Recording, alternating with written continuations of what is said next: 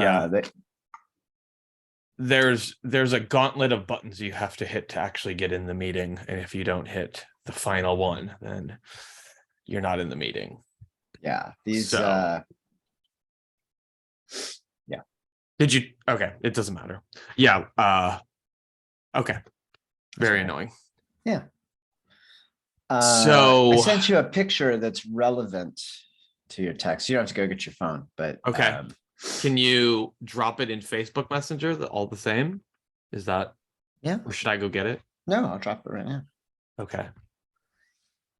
So in the context that this is most certainly going to be shared to our Decode Dune feed, and we're going to see if anyone from that audience picks it up. The people who end up listening to this should know we don't really know what's going on with Decode Dune in terms of our coverage of Dune. Yeah. There's probably a lot to be said about that. But what we are doing here today is, just a quick summary. A couple of years back, Jeff Hackert commented that he was a pretty big fan of Tolkien, and I think even called himself a scholar of Tolkien. No. No. Amateur? Amateur. Okay. Yeah. Well, so he said he was a big fan, and I believed him. But we've never really talked about it. And what's also interesting, maybe the audience already knew this from the Decode Dune, Jeff and I work together in a coaching capacity, a leadership coaching capacity. And one of the things that happens is we'll start a coaching call on a Wednesday at 3 p.m. or 1 p.m. or Friday at 1 p.m. And Jeff will start a little bit on topics like jujitsu or Tolkien. And I'll be like, we gotta talk about this business stuff because I got a lot of fucking problems.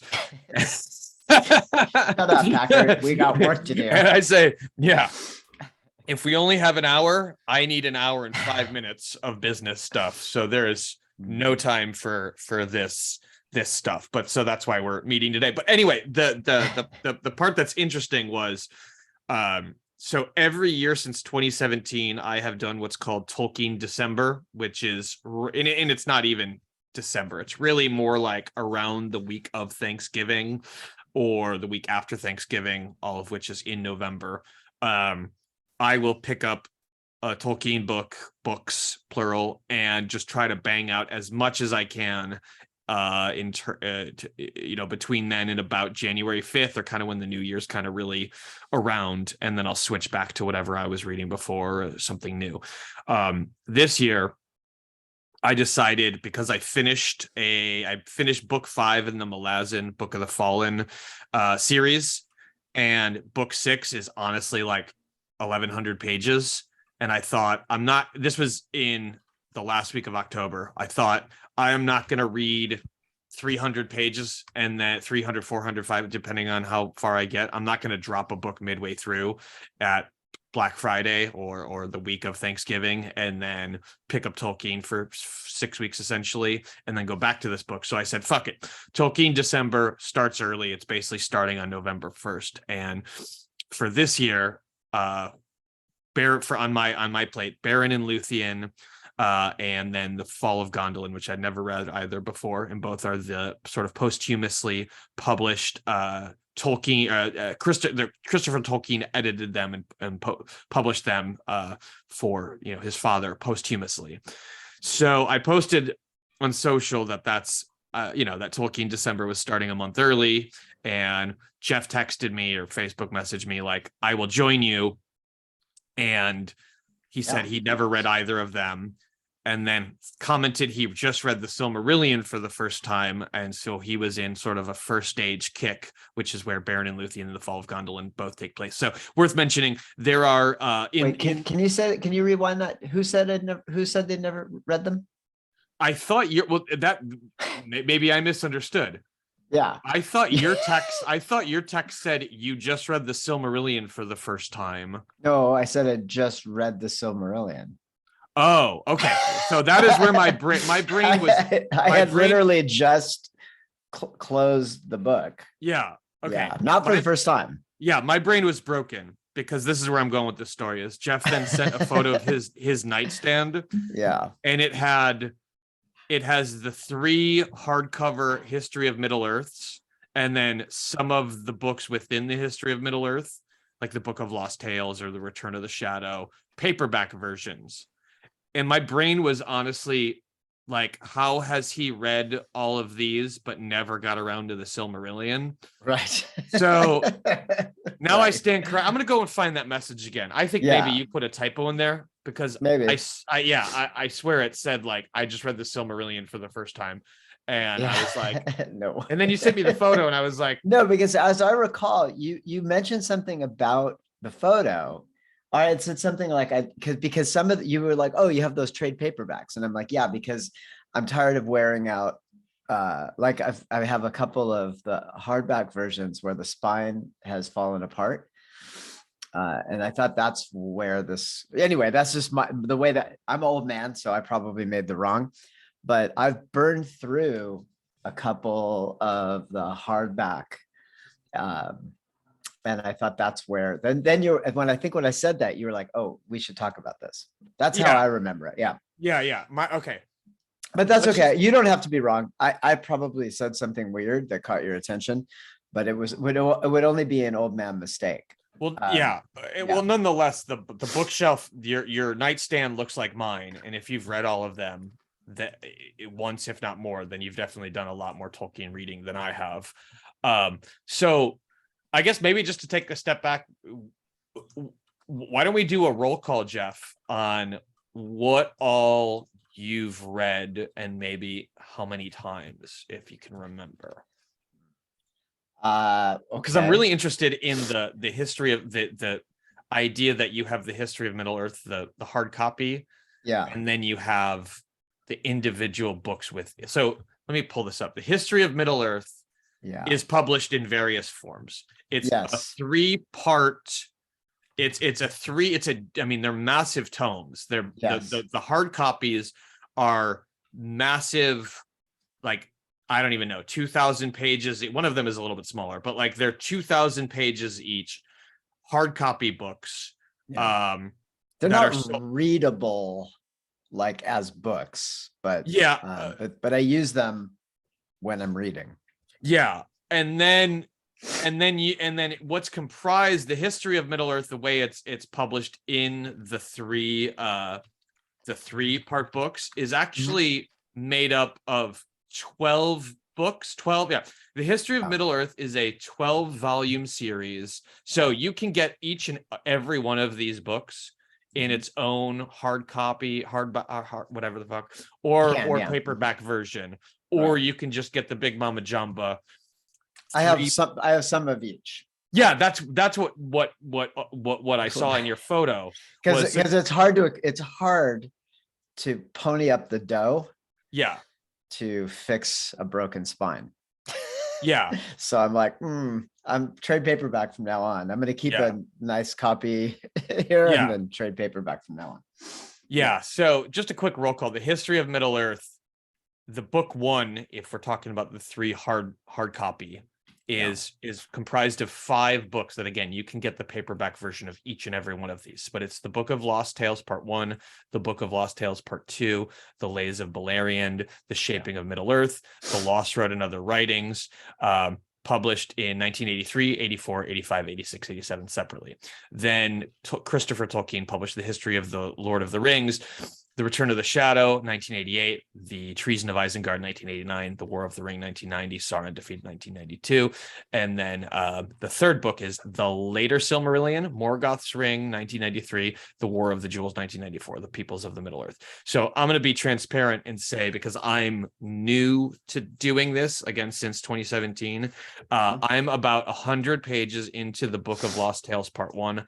My mom got me the 3 hard copy version of the History of Middle Earth, and it is actually rather challenging to sit and read that size book. I do think about getting each and all of those 12 as just the paperback version, and Yeah. consider the hard copy as just a nice collector's item that my mom generously got me for Christmas. Yeah. And that I won't scuff it up and fuck it up and, you know, smear it with who knows what on my thumb when I'm reading.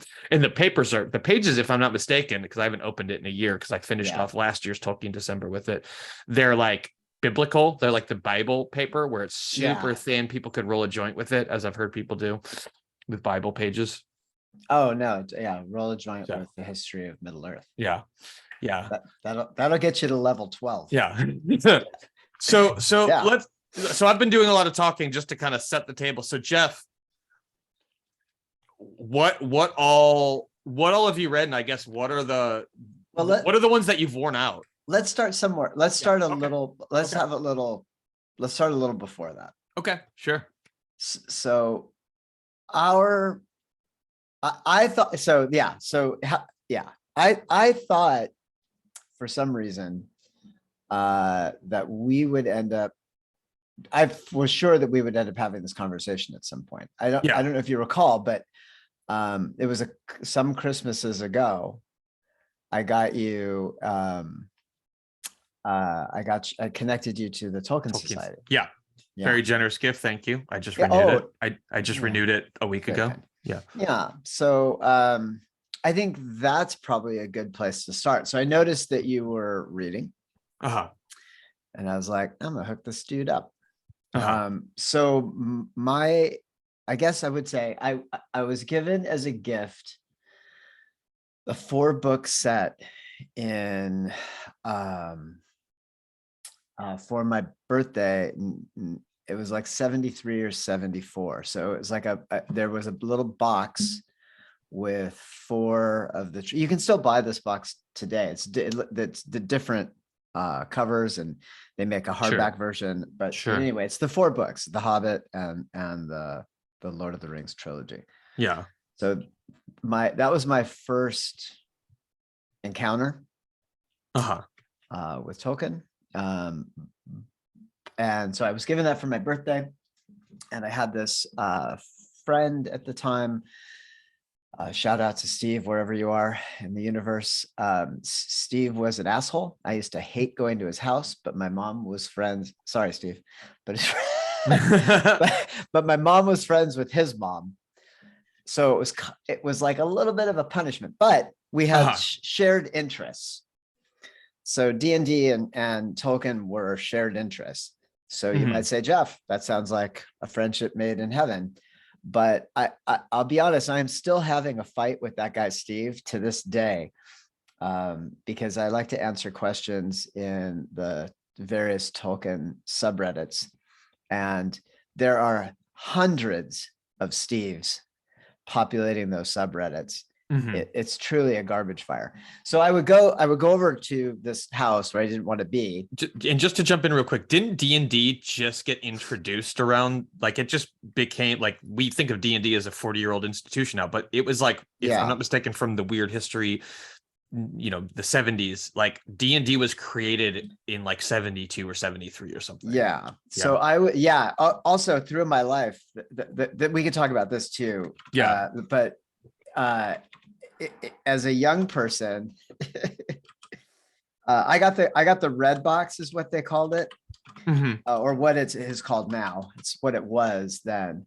But I got this little box. Let me see if I can. So while you're looking that up, what I'm hearing is that my son has my original box. I could probably go in his room and get it for you. But anyway. You received the gift of everything that Tolkien published himself during his, not everything, but the Middle Earth stuff. Yeah. So okay. Yeah. So D&D is a 77 thing, I would say. A little bit later, but this just goes to explain the torture that I had to go through because my mom had this relationship with this dude's mom.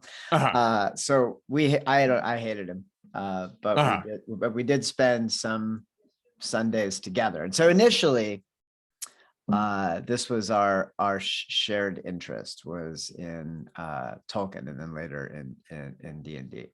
Mhm. So anyway, I was given first the collection of books, which were a challenge for me at 73. Yeah, so for the audience out there, there's a clip of Jeff Hackert on a talk show in 1981, I think, Yeah, as a punker teenager. yeah. And you were about 15 in that video. So if we're talking about 74 minus 74 to 81, 7 years, 14. So you're about 7 or 8 at this time that you received this. Yeah. 8. Yeah, it was my 8th Yeah. birthday. Okay. Yeah. So I was so The Hobbit, good to go. Yeah. The rest of it seemed like the Bible to me. Uh-huh. Like, oh, significantly harder. Yeah. But anyway, I love The Hobbit. And so that was the thing that we discussed. He was a jerk, so he'd never wanted to do. Anyway, we won't talk about how much of a jerk he was. He's Okay.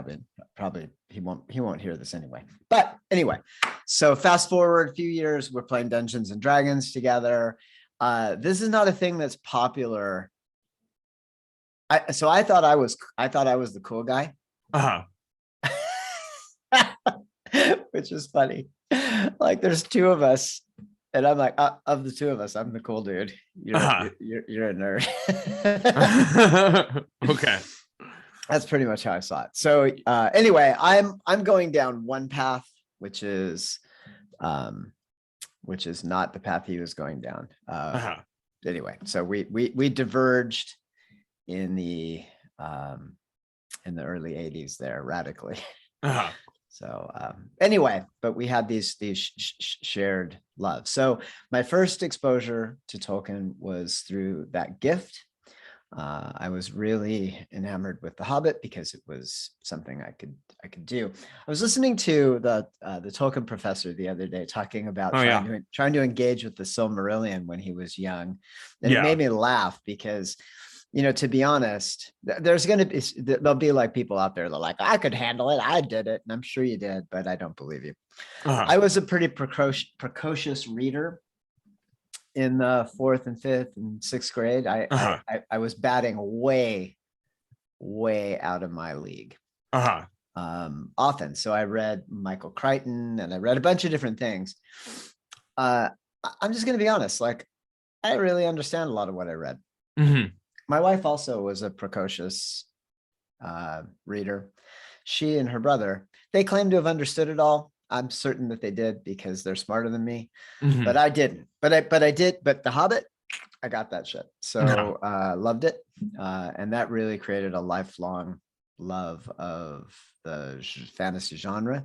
And I made several attempts over the course of the next few years to get through the Lord of the Rings until I was successful. Got through all 4 books, and then I was really bonded to a lot. So the book set was The Hobbit and the 3 books of the Lord of the Rings, not the Silmarillion, which was actually published right around the exact same time as you got that box set. Yeah, that's just an ironic timing. Yeah, it was like a little gold box. And as I recall, the 4 books, and they were trade paperbacks. So had pretty designs on the outside. Maybe they were drawings by Tolkien. I can't remember exactly what it was. But anyway, that's what I got. And I was like, yes. And then, and it took a while to be able to get through it. I think it's just a little heavier. And the tone change was so different. But between The Hobbit and Lord of the Rings, right? Oh, yeah.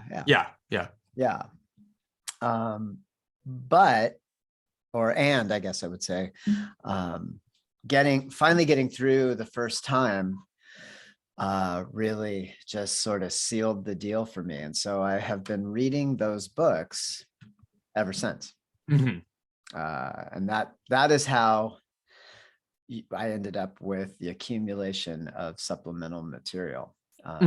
Because there's just a ton of questions and that I think one would have Yeah. in reading these books, and there's so much to explore. This is really because Tolkien did a fucking crazy good job of embodying his belief or his theory of literature or storytelling. So Mhm. the idea of subcreation is absolutely contained in the Lord of the Rings, and the addition of the Silmarillion, I think. Tell the audience a little bit about subcreation and what he meant by that, because it's in his letter to his publisher when he was like, I got this Silmarillion thing that you guys are probably going to want to publish now that I'm like world famous with the Lord of the Rings. They really didn't want to Yeah, do they that. were like, they really didn't want to. It was Actually. metaphorically, it was like one of these handsome Marvel actors like the Chris Hemsworth or Robert Downey Jr. being like, put me in, as Atticus Finch on Broadway, and they're like, no, a real actor is going to play that role. Yeah. you just stick with the which is obviously hurtful to them, because Robert Downey Jr. is a real actor in many ways. I don't think Chris Hemsworth is a real actor, but we can just put that aside. Wow.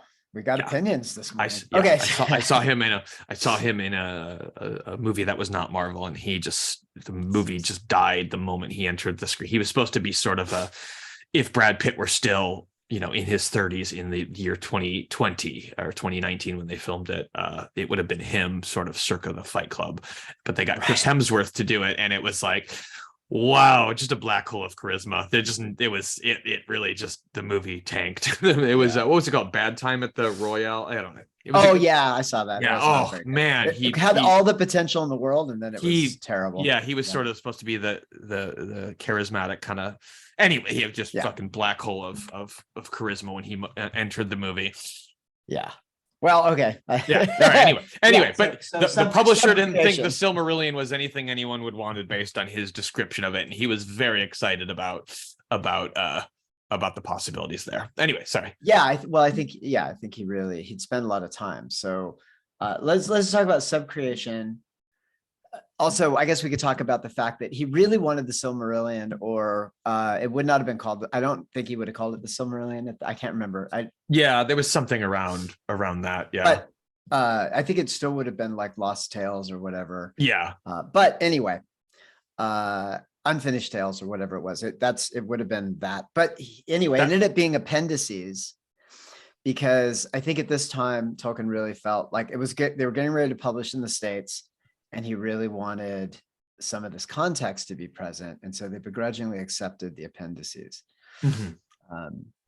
This could be we shouldn't, but we should put a little bookmark in here, because this is how Amazon both fucked everything up and didn't. So it all stems from those appendices, I would say. Because I think many people have been looking. Sorry, I will digress for a second. Many people have been looking to the Silmarillion to answer questions that are present in the Rings of Power show that Amazon has created, and I think there is a relationship between the appendices and the Silmarillion, but you're not really going to get your answers there. You kind of have to stick with what they bought a little bit. So that really does mean the appendices and then the full trilogy. I'll say this and then I won't talk about it anymore. It drives me insane what they've done, because they literally could have, we're going to talk about subcreation in a second.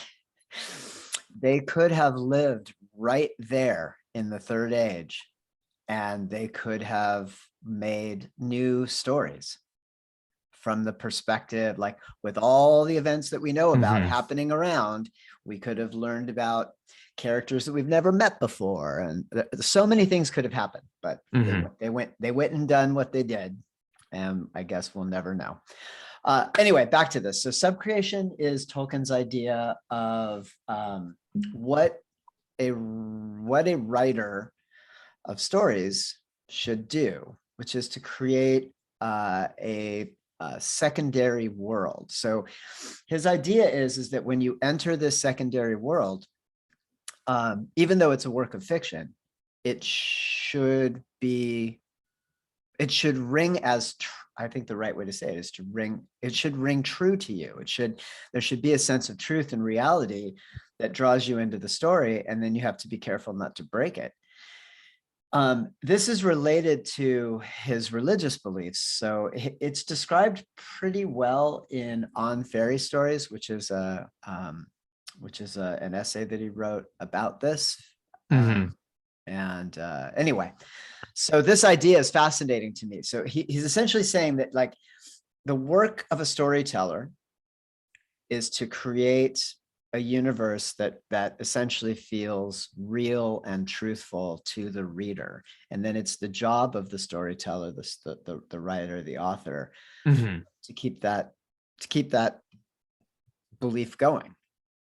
And I think he did an unbelievable job.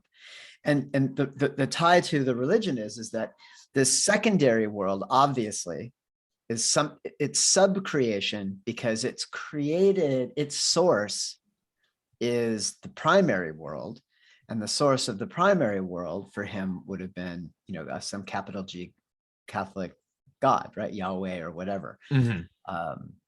And so I think he just did a fucking amazing job of doing that. You encounter languages, which is what I'm doing. I'm doing a paper for an English class that I'm in on the Sindarin language, and just the idea that he created a language, and that language was created with the understanding with an understanding of how the story would develop. So the language is one of long periods of separation and divergence. It's incomplete, but it also has a deep history, and just fucking amazing that he did what he did, because it will never be produced again in a million years. I don't think there's another author anywhere who's come close to achieving what Tolkien achieved. I think, it's bananas. What's the difference? But this is where what's the difference between sub-creation and world building? Is it the same thing, or just different words? One of the things, just real quick before you answer, one of the things that was weird, or for me, I think there's also the comment that, because I read the word sub-creation and it's creation under creation, and I think that is mostly just out of respect for him saying, I don't create anything, God created everything, and it was something to that. Similar. Yeah, no, I'm going to say no. I'm going to say like definitively no.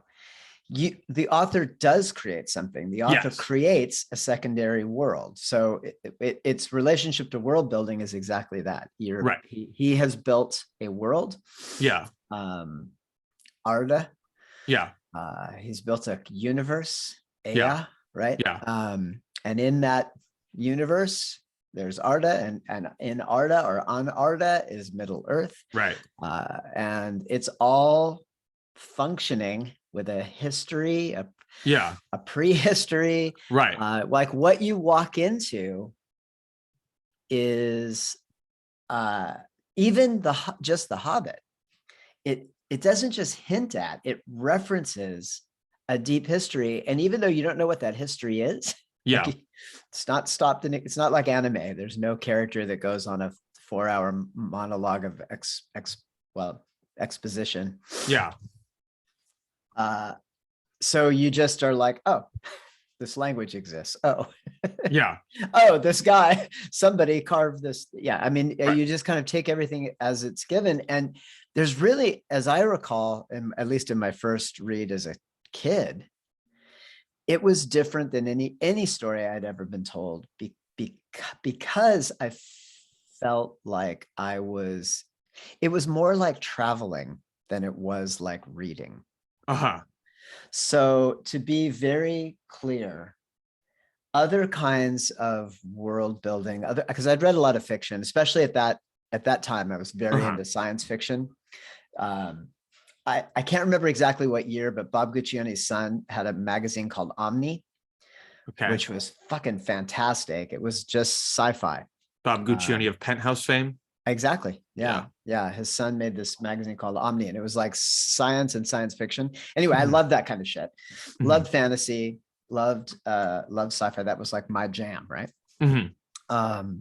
Anyway, reading Tolkien was like nothing like any universe, nothing like any. So people just weren't doing world build. I mean, if you read Of the Sound and the Fury, it just takes place in Baltimore or North Carolina or something, and you can essentially build out the idea of, or something to that effect. Yeah, I mean, La Mancha, the Don Quixote takes place in a 1500s or 1450s version of Castilla-La Mancha, which you can point to actual places that are there, that's, and sort of yes, I a mean, that's part of it, lifestyle, but and yeah, but I think like if you want to compare to Don Quixote, I would say because it's not a bad combo there. Also a book that I love and read annually. Mhm. Um, there's a lot of allegory. There's there's not in Tolkien. He built a world. Yeah. Like I don't know how. It'll take me a minute. Probably better at writing about these things than I am at saying them, but Tolkien doesn't bother explaining a lot, Mhm. and that is I think on purpose, but also maybe not on purpose. I think for Tolkien, this world was fully, or at least it existed for him. He'd been Mhm. telling a lot of these stories as family stories for a long time. Right. The language of the elves was a family language. So like these were things that he was very, very familiar with. Mhm. So once you start reading these books, you are literally walking into a world that has already a lot. So by 1970, he'd been working on this since like, I don't know, 1911 or something. It's like Yeah. Right. a Right. ridiculous amount of time. Yeah. While he's, doing a Well, day job and raising a family and doing yeah. whatever else. So I guess that's my point, is that he really constructed all of this, and then he just drops you into, this is like one story. So like he wrote The Hobbit for his kids his age. He wrote Lord of the Rings at a time when his children would have been older and able to Mhm. read what he was writing. So like but whatever's Well, happening. yeah, and in the first stage stuff is the stuff that he was most passionately working on in his late youth, if you want to call it that, his late youth to 20s to whatever. That was all. I mean, it changed a lot, and as you can see in Baron and Luthien and Children of Farin, Children of Farin's more novelistic, but Baron and Luthien and Fall of Gondolin, you get those snippets of the way he changed things. But The Hobbit and Lord of the Rings was dropped into, you could say, a world where he already had a lot of those things in mind. And especially with Lord of the Rings, he intentionally said, I'm going to make these references. And the point is, I'm going to come back to them at some point, because the real work, again, back to my shitty analogy of, Robert Downey Jr. wanting to be on Broadway. He's like, what I'm really passionate about is this first stage stuff. And I really want to get this out there. Maybe that's true. I'm not, I mean, I guess I'm with you. Like, I don't disagree, but I don't think that's, I would say this, I would say what, for me, the thing I'm trying to describe Yeah. is that whatever he might've been thinking, I'll certainly never know, but Yeah. however he might've been thinking about this, or whatever was driving him, those stories, like the story of Turin, or Baron and Luthien. These are so fucking good. These stories themselves exist in his head and in his life before, during, and after each of the books that he produced. And so when you're dropped into this world that is referring to this history already, there's already not just like a concept of history here, but there's also myth. And you don't get the full myths, you just get allusions to the fact that they exist or whatever. And anyway, I found this very compelling. Well, and what's crazy is the idea of you reading it before. Like, I read all of this stuff has all been available, literally everything, other than the fact that Fall of Gondolin was published in like 2019 or 2020 or Yeah. something like that. Yeah. And it was new, you know, and then like the Fall of Numenor is just getting published now, and I'm sure I'm going to be getting it for Christmas. In the world in which I read it, it was you read Lord of the Rings and then you put it down and then you pick up the Silmarillion the next day. You didn't have that. Well, you didn't have that by, let's say, a year or something, but many people. Oh, even if I had it, it Yeah. would have crushed my soul. Yeah. Yeah. I was struggling with the trilogy at 8. Yeah. It would not have helped to throw the Silmarillion at me. Although I don't know. I think it was a few years later that I got it. So my parents would my mother would get me these things because I think she just assumed that's what he's into. I don't think for her it was not an interest. Mhm. He didn't really have any way to evaluate them. Mhm. So she just gave these things to me. So I don't know when I got the Silmarillion, but I know for sure that I didn't touch it for at least a couple, because it took a few years before I was able to really get through the remainder of the books. I Yeah. wanted to, but for me at that age, it felt a lot like reading Pynchon for the first time. Uh-huh. It was just dense in a way that I wasn't ready to deal with. Uh-huh. And because he just starts like, there's way more naming of things. Oh yeah. Yeah. Way more. Yeah. And of course, when you get to the Silmarillion, forget about it. Like that, Right. I think it took 3 or 4 runs through before I could feel like I was oriented. Yeah. Yeah. I really, Maybe more. yeah, I'm not smart, so it could have been more. yeah, I'm really trying to decide if I should reread the Silmarillion and then Lord of the Rings next year, or if I should dive into Lord of the Rings again, with the idea that I think at this point, across reading the Silmarillion and a lot of the like Tolkien Professor and the 3 novels that came out of the Silmarillion, so to speak, plus Unfinished Tales, if at this point I will catch most of the references, or fuck it, read the Silmarillion again and then do Lord of the Rings, and you'll just have that much more familiarity with the Silmarillion, which I also really loved anyway. You know? Yeah, I think loved. Yeah, I think it is lovely. Yeah. Like once it stops being painful, yeah, it's really, really beautiful. But initially it's just kind of hard. I guess that's the way people feel about kettlebells. Right. Like, oh, I want the muscles. This looks amazing. And then right. Pick them up and they're fucking heavy. One criticism of myself is I read the Silmarillion while drinking wine a lot of times, which made it a very fantastical experience of being a little heady from drinking wine while reading the Silmarillion. But I do wonder if I remember as much from a cold, sober perspective, and that's probably why. And I don't have the time to be drinking that way anymore anyway, so that's a thing. But it was a magical experience having a goblet of wine and reading the Silmarillion and being in the moment with my candles lit in as per the photo you just sent me, the book of maps in front of me. You know, you have to have all those things as part of the experience, you know, or if I was outside, I'd burn incense, you know. Right. Yeah, no. So I think I just said I'm working on this paper on Sindarin. It's like a research paper, and and that, by the way, this is the way that I use these books. Yeah, use is the right word. So there's like, for me, there's some core material. So the Children of Húrin, the Beren and Luthien, these are important. Mm-hmm. And then, of course, the Hobbit and the Lord of the Rings trilogy. Mm-hmm. The Silmarillion, also important, but it's not. This is probably going to get a lot of hate. The Silmarillion is not authoritative in the way that it is often treated. This is not like, the Silmarillion is not a firsthand account from the author to the people reading his books. It's like a third hand. It's maybe a lot. It's the idea that the elves wrote it down, and but then it was translated by other. Like, this is not.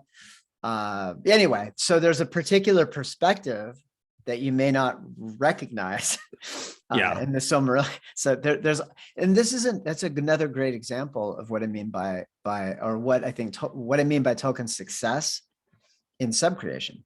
Mhm.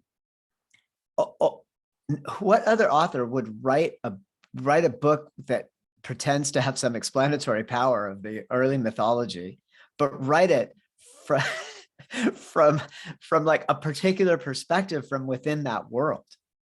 George R. R. Martin stole that by doing not House of the Dragon, that's the show, but the Fire and Blood is 3 different maesters with their own perspective, saying this is the mythology of the Targaryen dynasty. So not he is so enjoyable because I like the genre, but these 2 guys don't share a fucking thing. Yeah, not a thing.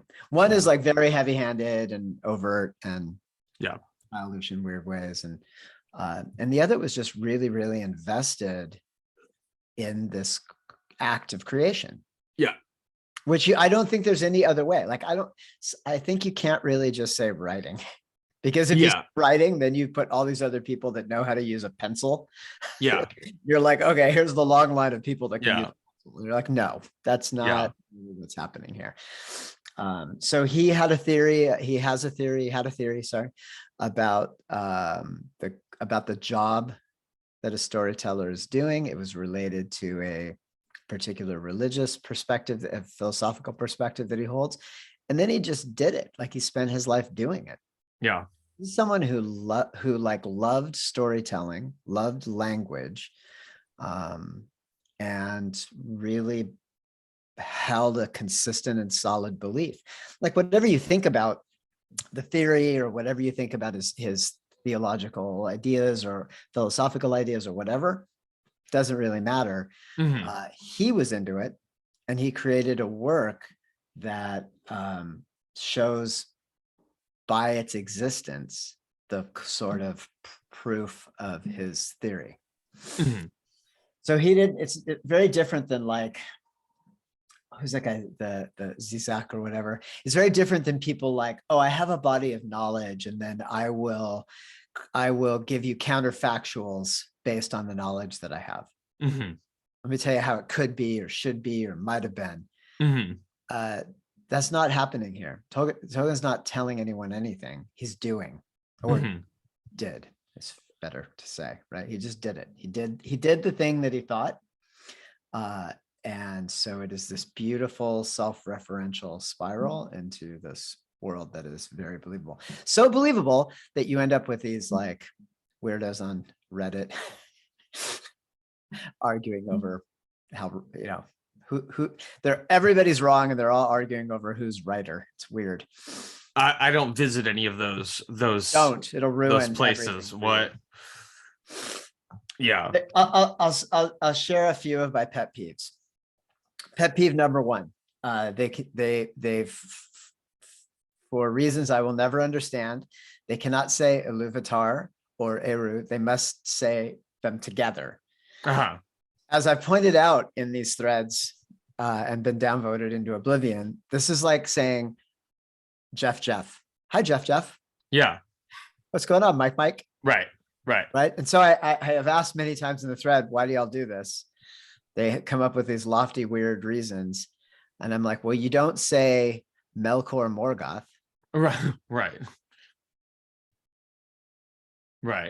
Yeah. Which if the response was, well, that's fine because Melkor is a name and Morgoth is an epithet, I would at least high five them for knowing. Right. But no. They just have no reason for some of the beliefs that they hold. And then they quote the letters quite a bit as an argument winner. But we're in a universe that is created but incomplete. And in some cases contradictory, because he just didn't have enough time and maybe never could have completed this work. The idea is just weird to me. Meaning you could spend forever inside this created, the sub-created secondary world and never exhaust the possibilities. Right. But Tolkien, his own words on his own writing, not always authoritative. Hmm. Right. So people who are looking to like settle arguments or be right, this seems like the wrong place for that. It's more a place for exploring. So back to your question about world building, if you're successful in building a world, then people should want to explore it. If you're a Right. failure at world building, then people will just tell you facts about it. Right. And I guess that's why I dislike when people ask questions in those threads, there are scores of neckbeards that want to answer the questions. Hmm. But what we should do instead is celebrate the questions and use all of the materials created to come up with your own answers. That's the Hmm. joy. It's why you would read any of these books more than one time, or why you would buy all this supplemental material and have it littering your bedside table. Yeah. Because the joy is in the exploration of this secondary world. Tell me about how so you say you reference some of the things when you're reading, as opposed to, I mean, or it sounds like you don't open the History of Middle Earth or any of the books within History of Middle Earth. Sit out on the And porch with a mint julep and crack open the yeah, History of Middle Earth. seems like you don't do that, but you more have Yeah. Lord of the Rings open and the other one handy nearby. Is that? That's usually how it goes. Like when we decided to read Baron and Luthien, I think I told you I kept the Silmarillion nearby. Silmarillion nearby. I kept my Elvish dictionaries nearby because those are things that would be worth referencing. A few times I went to reread passages or references in the Lord of the Rings that have context to the stories of Beren and Luthien, because obviously there's a lot of recursion in this world, right? Right. Yeah. So Strider and Arwen is an obvious example. Right. Yeah. So I keep them there as a way to remind me of the continuity of certain ideas, or to refresh because there's a lot of language. I'm not a language expert. I can barely speak the one that my tribe speaks. California, the one language is an amalgamation of multiple languages, but you know what I mean? Like I can barely do the base thing, the common tongue that we've all agreed to speak. But so I need a lot of refresher there. I think that's why I chose as my topic for this research paper, Sindarin, to give me a better handle on how he developed it. Because Sindarin, by the way, it's a living language. Like people on the internet have kept it alive and extended it, which I find fascinating. Right. But understanding what the rules of the grammar are, even pronunciation. I mispronounced a lot because unless you hear them, how would you know? So my initial readings, I had a lot of that. My understanding of what those accents and umlauts were for, how I've never been to Wales. My family is Welsh, but it was a fucking long time ago. There was a little bit of Welsh in my family background. My mom, but my mom was adopted, so we didn't learn about that till I was in my 30s or whatever. And now that I know about that language, it's like Finnish. It's like moon people brought that language to us. Right. That doesn't have any real relationships with many other languages and all that kind of stuff. Yeah, it has a lot to do with Elvish, though. Both those languages, Finnish and Welsh, have these interesting phonemes that are used in the Lord of the Rings. And it's literally those languages that make Elvish sound Elvish, which was the original topic of my paper. Why does Elvish sound Elvish? Like when you hear it's only going to sound that way. It's only going to sound Elvish to native English speakers. It probably, I think people from Wales would be like, those elves are speaking Welsh. I don't know what those words are, but it's Welsh. Finnish people might be like, oh, that sounds a little bit like Finnish. Yeah. But we hear it, and it is both like a possible language, right? And there's so many differences that it sounds otherworldly. Yeah. Easy to accept that this is what what were the first called, the Minyar. This is what the Eldar would sound like, right? Anyway, So things like the hard C sound, Quivienen or Celeborn. Yeah. But I gave them the soft C sound, right? Yeah. So I would have said Celebrimbor, Yeah. Right. right? Because I didn't know. But then when I Yeah. saw Welsh, I was like, oh, Quivienen, that makes sense. Yeah. Because it doesn't. Yeah. but it does, yeah. So I think this is both a reflection of Tolkien's interests, but it's also a reflection of his art. Like I think people just are like, well, he was a philologist, so, or he liked languages, so then somehow that explains all of this. But I don't think it does. Like, I think language is interesting and I like to read, but I don't know. I've been reading books my whole life. I haven't produced anything. I could barely produce a coherent email. Uh-huh. So I don't think that really, his love of languages doesn't really explain this to me. You mean the creation of whole new language? Yeah. Not just one, like even Multiple. Elvish. Yeah. Like George R.R. Martin might be like, they have a language, and then like, just to bring him back into the conversation, and maybe he'd make up a couple of nonsense words and then be done with it, right? But Tolkien made languages, Yeah. and then scripts for them, and fuck, like, yeah, like languages that in theory, in the same way that Hebrew was not the lingua franca for many Jewish people. They were, a lot of them were speaking Yiddish, right? And the idea that there was the Zionist movement that said we got to get back to our root language, and then it became, so where am I going with this? So there could be a community somewhere where they say we're going to teach Sindarin in schools, an hour a day starting from kindergarten, and by the end of senior, and they do that exactly with Gaelic, they do that exactly with Welsh, with Cornish, stuff like that, where it's like the only, like, you're, for the most, Basque as well, for the most part, you're gonna walk around speaking the macro language of the country or region you live in, but by the time you're 18, you will be fluent in this other secondary language, and that's how we keep it alive. They could do that with Sindarin. It would just be our arbitrary ahistorical choice to do. I think that is so. As I said earlier, I think that is happening on the internet. I think people are actively. There's some cute videos of people teaching you how to pronounce, and there's works out there. There's a great book which is going to probably be. Will definitely be a big part of my research for this paper, is all just on the grammar of Sindarin and its development. But anyway, this idea of a complete history, it's very different. Like, I've read many books that reference the history of a place or a thing or an idea in works of fiction.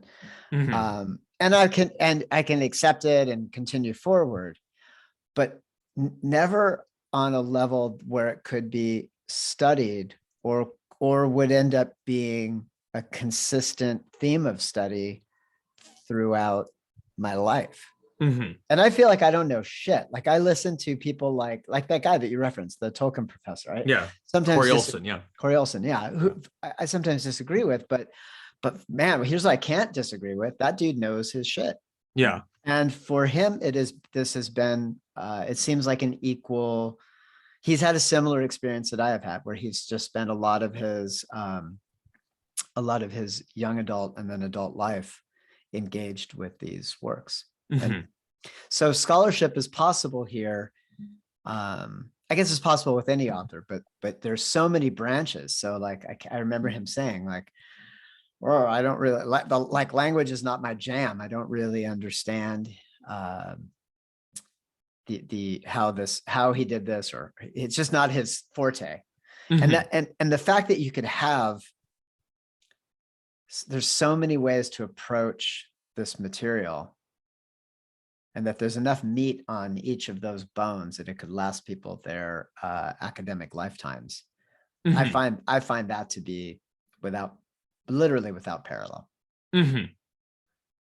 Maybe the sagas themselves as a work, but even that I don't think comes I'm not saying it in importance in the world, absolutely, but I don't think those things come close. Yeah. Yeah. So Okay. Did I go too far? no. I think it's great. I have questions though. Would you Yeah, say go for you it. have read every word of the books within the history of Middle Earth? Oh, I don't, yes, probably. Yeah. Yeah. I mean, for sure, the verse passages for sure, Mhm. multiple times. There are some areas that are very dry and explanatory, and I probably didn't have a need. Like as I'm reading now, the War of the Jewels, as a part of my understanding of the Is that within Morgoth's Ring, or is that one of the? that's book. Yeah, it's within book 1 or 2. I'd have to look over my thing, Okay. but yeah, anyway, it's one of the books in the 12 that you mentioned. Yeah. Just because there's some discussion there in there. I think it's like 380 or something around that area, where he talks about the development of the language and how the elves split Mhm. from first, seconds, and The thirds. War of the Jewels is the book that is after Morgoth's Ring. Morgoth's Ring, yeah. Okay. So yeah, so here I'm looking at the elves awake. Mhm. There's 140 something of them, 144 of them. They split into 3 groups, respectively, the first, seconds, and thirds, Mhm. and then they further subdivide over time. It's just fascinating, right? So it's quite a bit happens before we get to the Sindarin, to the Grey Elves. Mhm. Quite a bit. Yeah. But the fact that they were like divided based on the first 3 elf fathers is fascinating to me. I just got the the latest book. Fall of Numenor. No, Oh. just before that. I shouldn't say the latest because there's a bunch of new stuff coming out, but anyway, it doesn't matter. Just this idea of like there's 144 elves. How do they grow? How do they divide? Where do they Mhm. go? I love this stuff. But I guarantee that I hadn't really, if I read it at all, it didn't really make a dent. Now I have a reason for understanding it, and so now Mhm. it's a little more meaningful. Mhm. Again, this feels like an actual world, a secondary world. Yeah. There are many facts about this world that are available to me. Then there are many facts and about this world that are subtly obscured. You mean the And world we live in? the world we live in. Yeah. So some that Sure. are Sure. subtly just It's outside my it's field of knowledge or it's view. the Graham Hancock stuff keeps getting older thing when it comes to archaeology, right? We don't have those answers. Right. And some Yeah. things are not just subtly hidden, but are effectively hidden. We may never know. And Right. you would think that in a that in a concise work or works of fiction, you would know all you need to know. But Mhm. there's a lot you don't know. A Yeah. lot I don't know. Yeah. Yeah. So as another example of that self-referential, that link to subcreation, I think this is one example where people could dive into these books again and do. Like Christopher spent, I don't know how much time, his whole life. I mean, his whole life. Yeah. Cataloging what remained of his father's work, which was a crazy amount. Right. Even after they like shipped boxes and boxes of stuff off, there was still a crazy amount. Right. So Tolkien just wrote and wrote and wrote and wrote. Right. And he wrote all about Middle Earth, basically. Yeah. Yeah. All right. So any other questions? I mean, I'm interested in a counterfactual of, let's say you did actually just read the Silmarillion for the first time. Oh yeah. The idea of ending up with all of those other books and wearing some of them out would have been because you were just so interested. Like, I guess in my mind, it would be, I'm just so interested in Lord of the Rings, i.e. I bought the history of the Lord of the Rings, books 6 through 9 in the history of Middle Earth, and I wore those out, and you may or may not have. I mean, I guess it doesn't matter because it's a counterfactual. Um, Yeah, but if I had, if I wait, Did- you mean if I had just read the Silmarillion without like what, while having well, I done, that was why I was that would be a extremely toughie.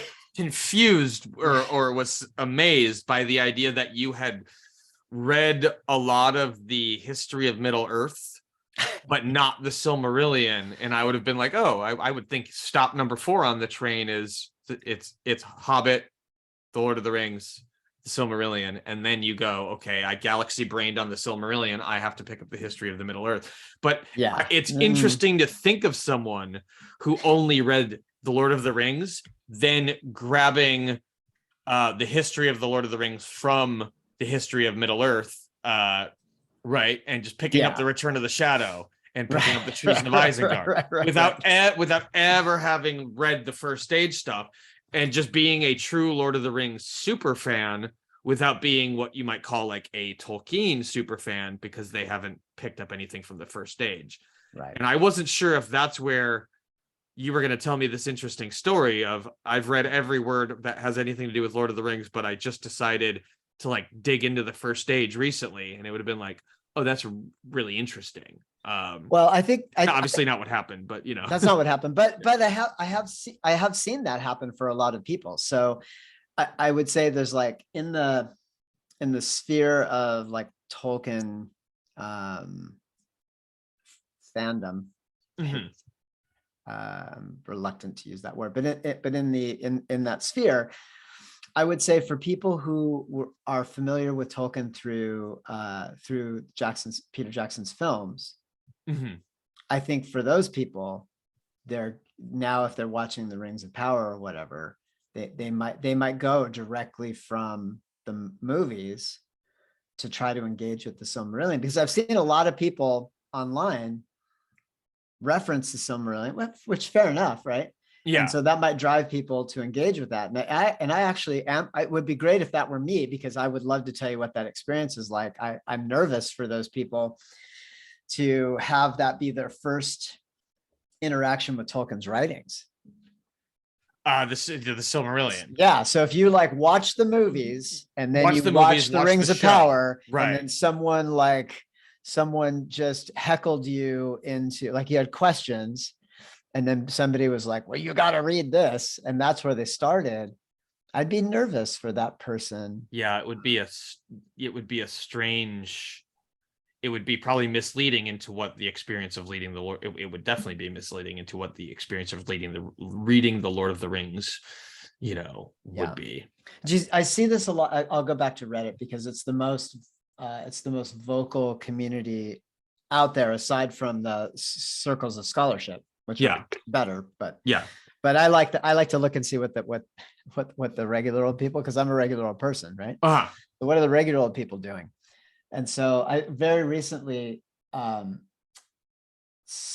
there was so sometimes there's an obvious tell to whether people have read Tolkien or not, in the questions they ask.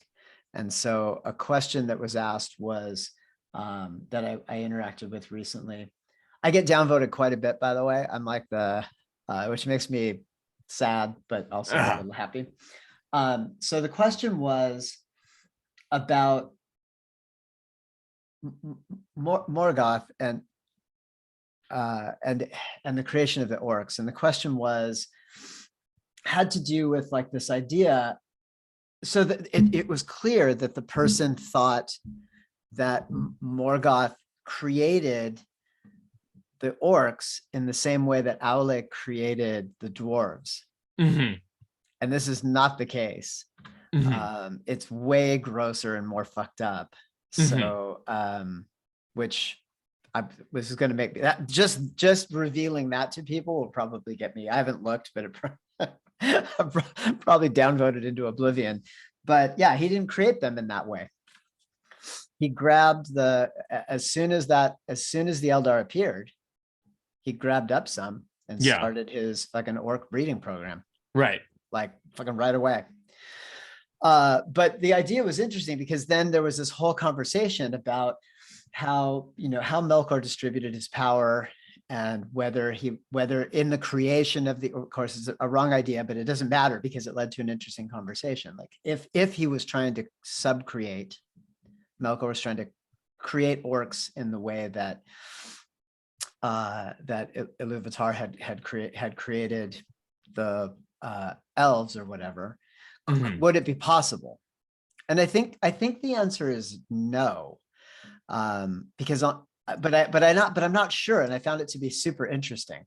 Like, because everything that we know of, they're all corrupted forms of things that exist. Mhm.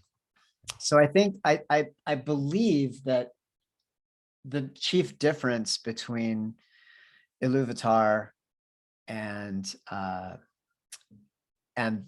the assembled host, like all of the things created through it, they, him, her, whatever pronouns are appropriate for a capital G God. Uh-huh. All of the creations of that God do not have the power of creation. Mhm. Right? Even in the singing in the Einarlindale, even in the singing into creation, which is my fucking favorite part of all of this. Oh, of course, yeah. Yeah, I mean, such a powerful idea, and the way I remember being on reading, trying to read the Islandale on a flight. Mm. And I remember being like, this is a dog shit environment to be reading something Yeah, this beautiful, right? Yeah, like it was like, what the fuck? It's like a 9 a.m. flight from Cleveland to LA. Like I'm like, this is not right. Yeah, Anyway, I sorry. mean, no, back to some. Because I'm big on environment. Like I create a rich reading environment for Yeah. myself, and I do, I think I was so eager to get to the Silmarillion that I brought it with me on a business trip, and then was like, this is not plain reading. What the fuck is wrong with you? Yeah, I agree. But yeah, so I forgot what we were talking about. Sorry. We were talking about Melkor and creation, and Yeah. so the Melkor was able to use or disperse. Same with Sauron. Same probably with any of the Maiar. And anyway, that we don't have to get too deep in there, but I think they all had the ability to like expend some part of themselves into sub-creation, but not creation. Like Manwë and Melkor could fight through the creation and destruction of like physical, like mountains and seas and whatever, but they weren't creating wholly new kinds of terrain on the planet. They weren't, you know what I mean? It's all sub-creation, which I love. There's like no, however he constructed this world, there's very little rule breaking in it, as far as I can tell. Again, yeah. I'm not a smart person, but as far as I can tell. So anyway, I just love the idea of like, okay, Melkor can distribute some of himself or all of himself eventually into the world. Did he distribute some of himself into the creation of the orcs? Which is not a bad question to ask, because there is an extension or an expression of power into the beings that he corrupts. Yeah, it also led to other conversations. Like there was another question about like Sauron's finger, or like what Melkor's limp, right? Like how is it that their bodies are damaged perpetually if their bodies are like things that they chose, and what does that have to say? And I just think this is the beauty of the work, is that these questions can be asked, and the asking of the question way more important than anyone's judgment of the answer. It's way more fun to have questions than it is to get answers, is my whole jam here. Yeah. So I have to go in a couple minutes. What? Oh yeah. Nerd's gonna nerd. Yeah. Yeah. So here was just a random throwaway thing. Did I miss in Baron and Luthien? By the way, was that the first time you read Baron and Luthien, sort of the published 2017 book, or you read that one? No, I've read that one. Yeah. Okay. Did I miss in, how do I put this? I feel like in the sense that Baron and Luthien has the parts where Christopher jumps in and says, now I'm going to show you this, right? Now I'm going to show you this.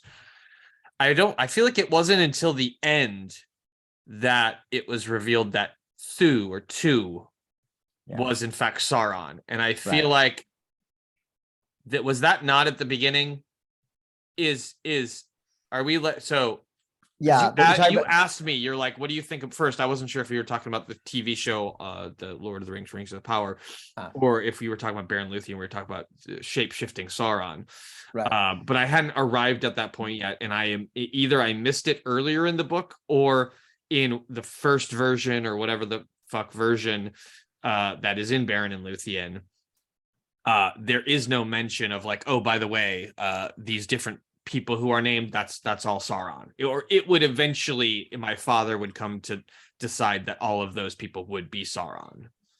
Yeah, I think that's true for Tevildo. That's true for Tevildo. Is Tevildo supposed to be Sauron as well? Well, I think this is where you go. This is where people go wrong. That's supposed to be. I think there are a couple of early imagined candidates for Melkor's chief, right? And these are two expressions of that, but he lands on Sauron. I love all three of them for different reasons. But I'm glad that we got Sauron, because Sauron is the Prince of Cats is like a little bit adorable. Right. In his evilness. And I just think that would have taken me a little bit out of things. It was cute. But I'm glad that he eventually just moved on.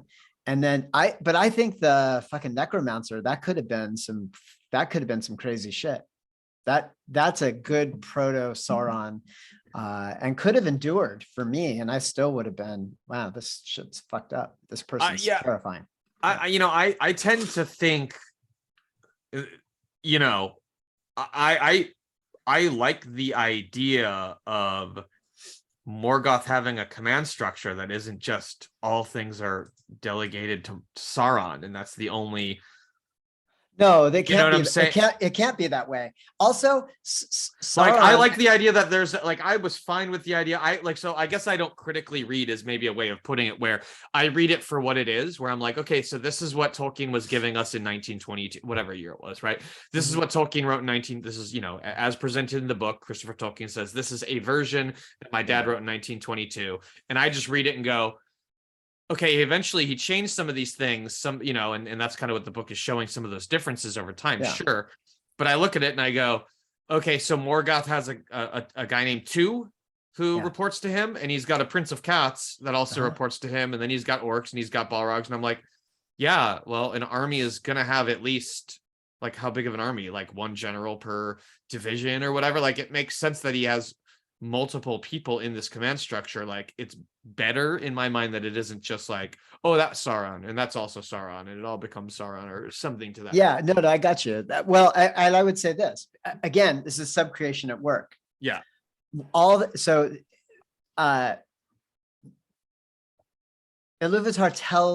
I will say Eru for this, because this is just this is between a deity and his direct creation. Eru tells Melkor, Melko. I also liked Melko. I like that name. But anyway, he tells Melkor, there's nothing you can do that doesn't come from me. And so this is another great example. So he is there in Arda, principally in opposition to the other Ainur who are present. But really what he wants to create. Subcreation is not enough for Melkor. He wants to create, right? But cannot, just can't. Because he cannot summon the raw materials of creation. That is something that only Eru can do. Yeah. So anyway, down he goes. And so everything that he's doing is an act of subcreation. And here's what I'm trying to say. He creates a situation like a mirror to the Ainur, and to the Eldar that follow. Like everything that he does follows the pattern. that was set out in the songs, Yeah. especially the third song, right? So he was part of. There was also like hierarchy might not be the right word, but there are differences in capabilities among the Ainur, Mm-hmm. and No, so oh, for sure. Yeah. yeah, Of so course. Melkor and Manwë probably neck and neck there in terms of their capability, highest among the Ainur for sure. Right. For sure. Yeah. Yeah. So the chief conflict here is that Melkor wants to be able to create, but he is really locked into only a pattern of subcreation, and those subcreations are always diminished because of his desire for dominion. Right. Yeah, it's a long conversation. I think the Tolkien professor does a really good job of digging into this for people that are interested, but it is that idea that it is that desire to dominate that really is the source of the evil. Yeah. Yeah. Is that was that in his the Silmarillion podcast? I don't know, somewhere, Okay. somewhere Yeah. in there.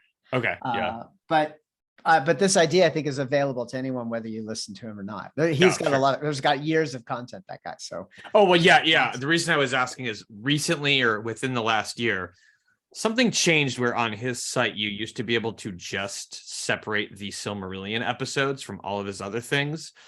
And last time I went to his website, I couldn't find that.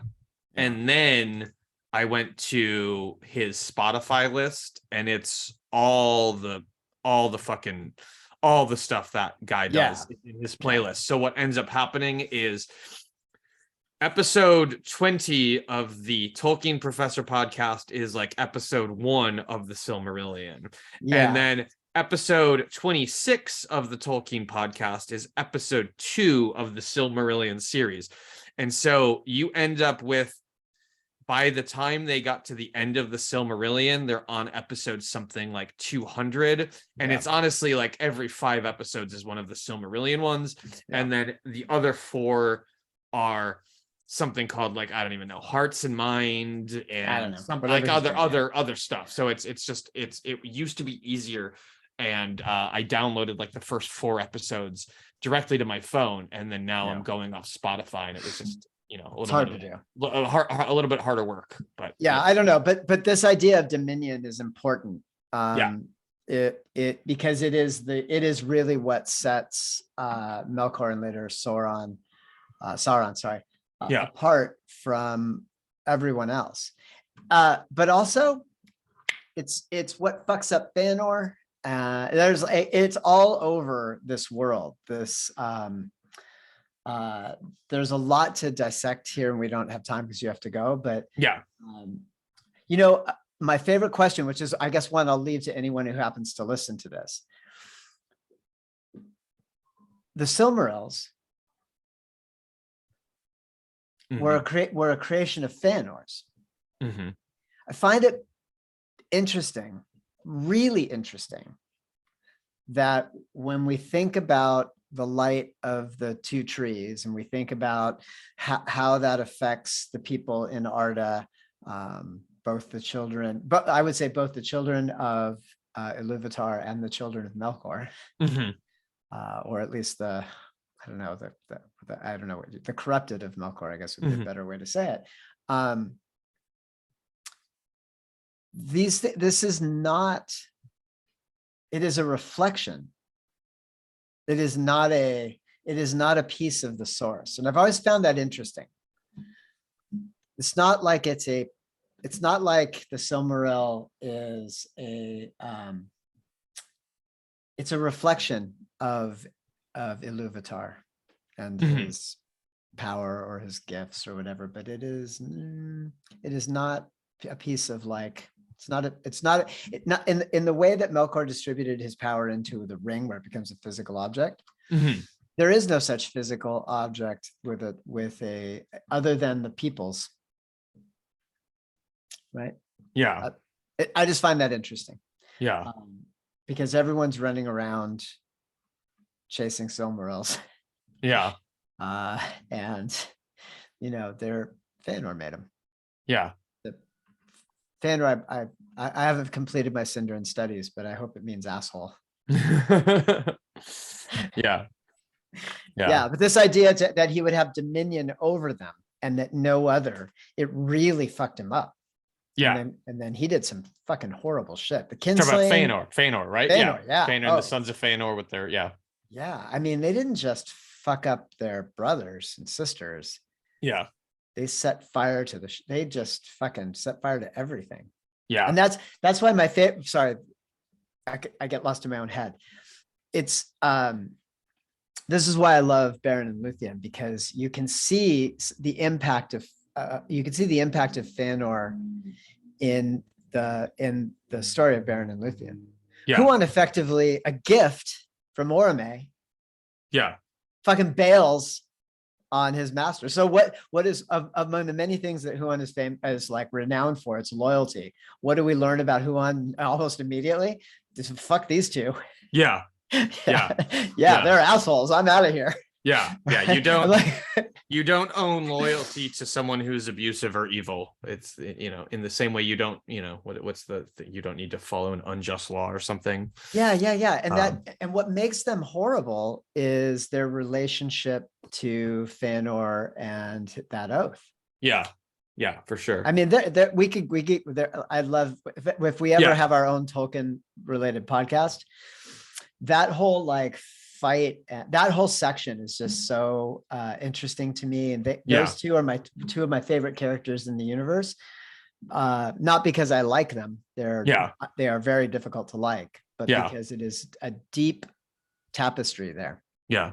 Unfortunately, I have to go right now. I'm already late. We should have started sooner, but it just means there's more to talk about. So I'm going to see if I can download this and just upload it myself. Rocket. Sure. All right. Love you, dude. All right. Love you, dude. See ya. Later. Bye. Bye.